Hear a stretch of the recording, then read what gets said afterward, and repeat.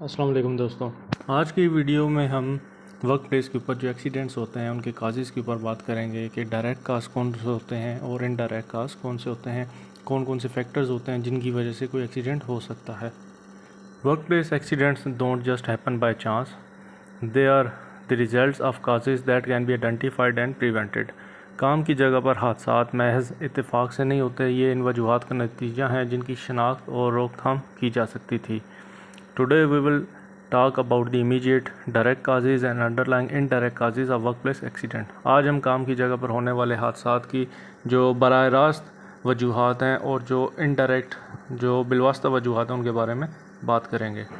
Immediate causes की अगर बात करें तो immediate causes are the factor that directly lead to an accident.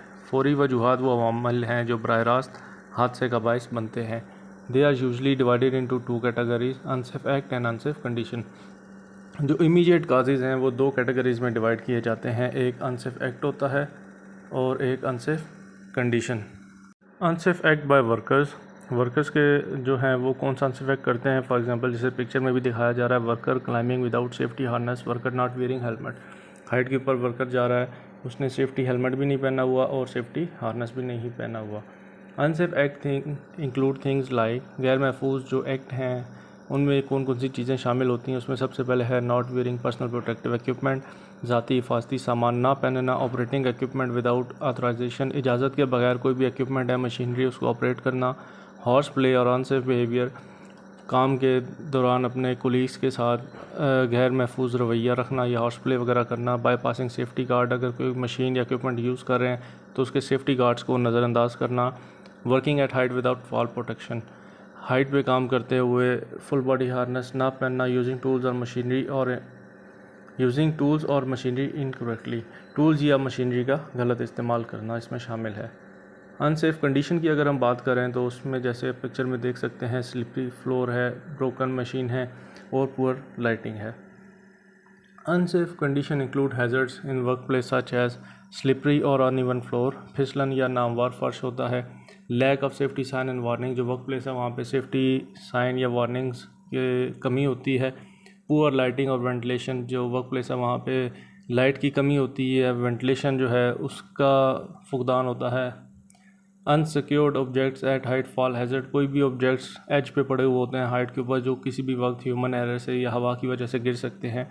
Faulty और डैमेज मशीनरी, नाकिस या ख़राब machinery. Exposure to toxic substance, जहरीले मादों को जो है एक्सपोजर होना। A congested and cluttered work area, एक बेतरतीब जो काम का एरिया है वो हो या कंजस्टेड एरिया हो, ये तमाम अनसेफ कंडीशन में आ जाएंगे। Underlying indirect causes, indirect causes की अगर हम बात करें, दीज आर सिस्टमेटिक और root causes that allowed unsafe act और कंडीशन टू एग्जिस्ट। ये एक निज़ामी या बुनियादी वजूहात हैं जिनकी वजह से कोई भी शख्स अनसेफ एक्ट या अनसेफ कंडीशन जो है एग्जिस्ट करती है। बिहाइंड एवरी अनसेफ एक्ट और unsafe condition there are deeper indirect causes, these are often related to management failures, job factors और पर्सनल फैक्टर। हर गैर महफूज अमल या गैर महफूज कंडीशन के पीछे जो इनडायरेक्ट काजेज़ हैं, जो बिलवास्ता वजूहात हैं वो होती हैं। ये अक्सर इंतज़ामी नाकामी, मुलाजमत के अवामिल या ज़ाती अवामिल से मुतल्लिक हो सकते हैं। मैनेजमेंट कंट्रोल फैक्टर्स की अगर हम बात करें तो इसमें सबसे पहले आएगा lack of training and supervision और awareness programme.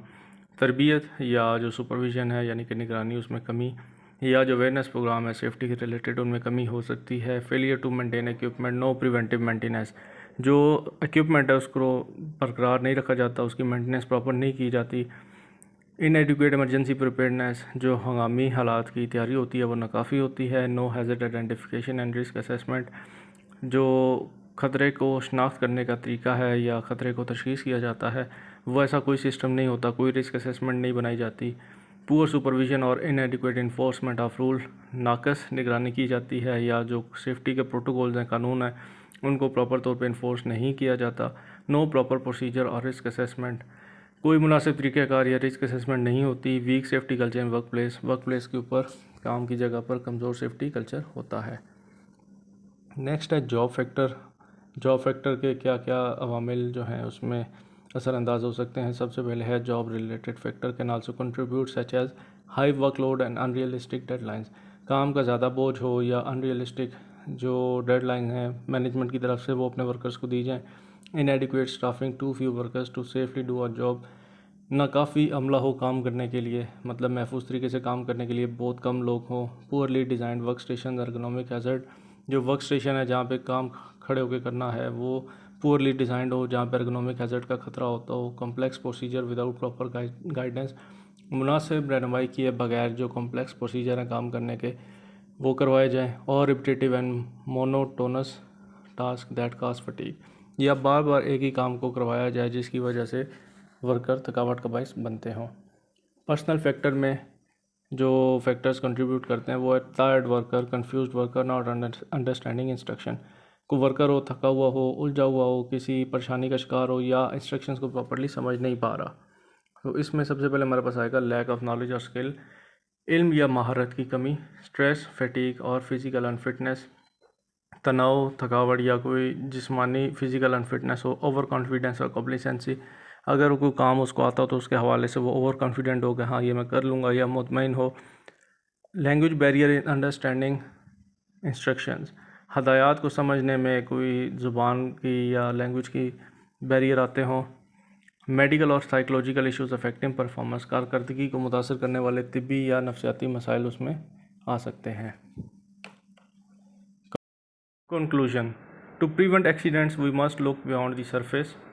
It's not only about stopping unsafe acts and fixing unsafe conditions, but also about addressing the indirect causes, improving training, supervision, job design, and promoting a strong safety culture.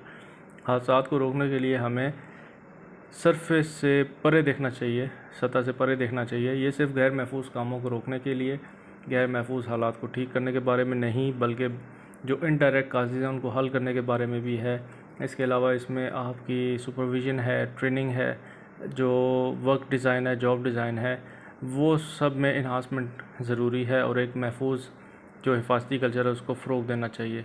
Remember, every accident has a cause and every cause can be controlled. याद रखें, हर हादसे की एक वजह होती है और हर वजह पे काबू पाया जा सकता है। Stay alert, stay safe, alert रहें, महफूज रहें।